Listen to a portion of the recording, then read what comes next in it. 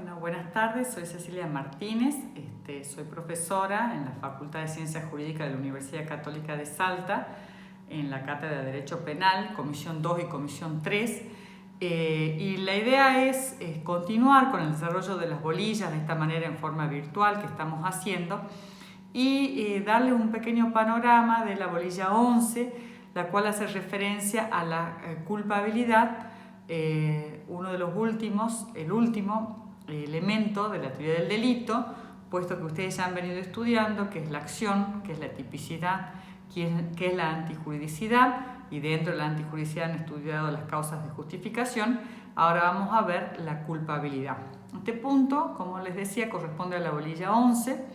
Les quiero hacer una pequeña reseña porque a mis alumnos ya les agrego también una guía de estudio, tanto de la bolilla 11 como la bolilla 12. Y esa es un pequeño PowerPoint, yo le digo más bien guía de estudio, que ha sido elaborado por un exalumno también de la facultad, alumno de la cátedra, el doctor Mauro Gaspar, quien ha tenido la gentileza de colaborarme con la realización.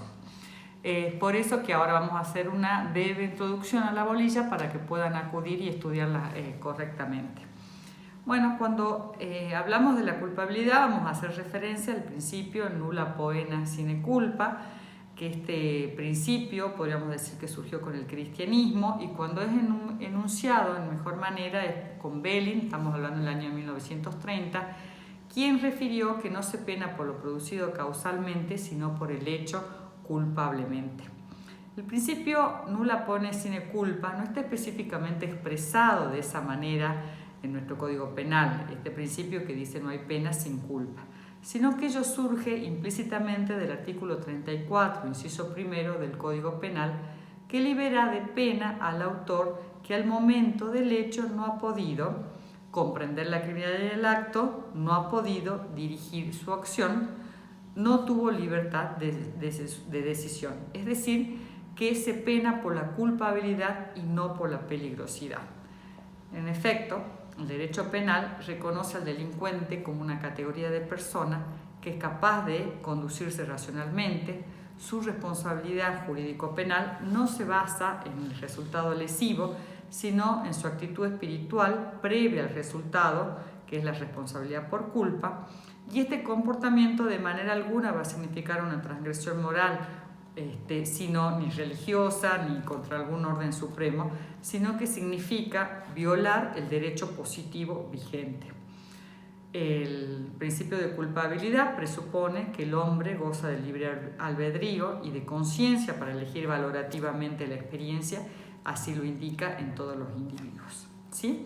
Si tenemos que dar un concepto de culpabilidad, siguiendo a Núñez, vamos a decir que es la actitud anímica, jurídicamente reprochable del autor respecto de la consumación del hecho penalmente típico y antijurídico. Ese reproche se funda en la capacidad del autor para comportarse de acuerdo a las exigencias del derecho penal, que es lo que ya vamos a ver que se conoce como la imputabilidad, que es un presupuesto de la culpabilidad. El segundo, a continuación dijimos recientemente de la capacidad del autor. El otro reproche se funda en la conciencia del autor del significado de lo que hace y su voluntad de hacerlo se llama dolo, y la falta de precaución es lo que se conoce como culpa. En tercer lugar, el reproche se funda en la libertad de decisión, es decir, la exclusión de coacción. Y siempre estamos haciendo referencia a la culpabilidad por el hecho cometido y no por el carácter del autor, por su peligrosidad o por su vida mal orientada, que es lo que se conoce normalmente como derecho penal de autor o fundado en la peligrosidad y no en la culpabilidad. Vuelvo a repetir, entonces la culpabilidad es la actitud anímica jurídicamente reprochable del autor de la consumación de un hecho penalmente típico y antijurídico. ¿Fundado en qué? En la capacidad del autor, en la conciencia del autor, en la libertad de decisión, ¿sí? Y siempre fundado en el hecho de la conducta atípica y antijurídica. Bien, hecha esta aclaración, yo les había dicho recién que dentro de lo que es la culpabilidad vamos a estudiar el presupuesto de la culpabilidad. El presupuesto de la culpabilidad es la imputabilidad. ¿Y qué es la imputabilidad? La imputabilidad es la capacidad para ser penalmente culpable. Tal capacidad, esa capacidad para ser penalmente culpable, que la llamamos imputabilidad, presupone capacidad, madurez mental, presupone conciencia y presupone salud mental. La madurez mental se hace referencia al desenvolvimiento intelectual y volitivo para comprender la criminalidad del acto ejecutado y dirigir sus acciones. Tener conciencia de lo justo, de lo injusto, de lo bueno y lo malo. De acuerdo a la ley 22.278, a la ley penal de menores, la capacidad para ser plenamente responsable penalmente se obtiene a los 18 años de edad. Sin embargo, ya lo hemos visto, hay una categoría de menores que son los que tienen 16 y 17 años, y estos menores son parcialmente responsables respecto de aquellos delitos que tengan una pena privativa de la libertad mayor a 2 años. Bueno, pero resumiendo, la madurez mental en el derecho penal argentino se obtiene plenamente a partir de los 18 años de edad. Otro presupuesto de la imputabilidad es la que se refiere a la salud mental.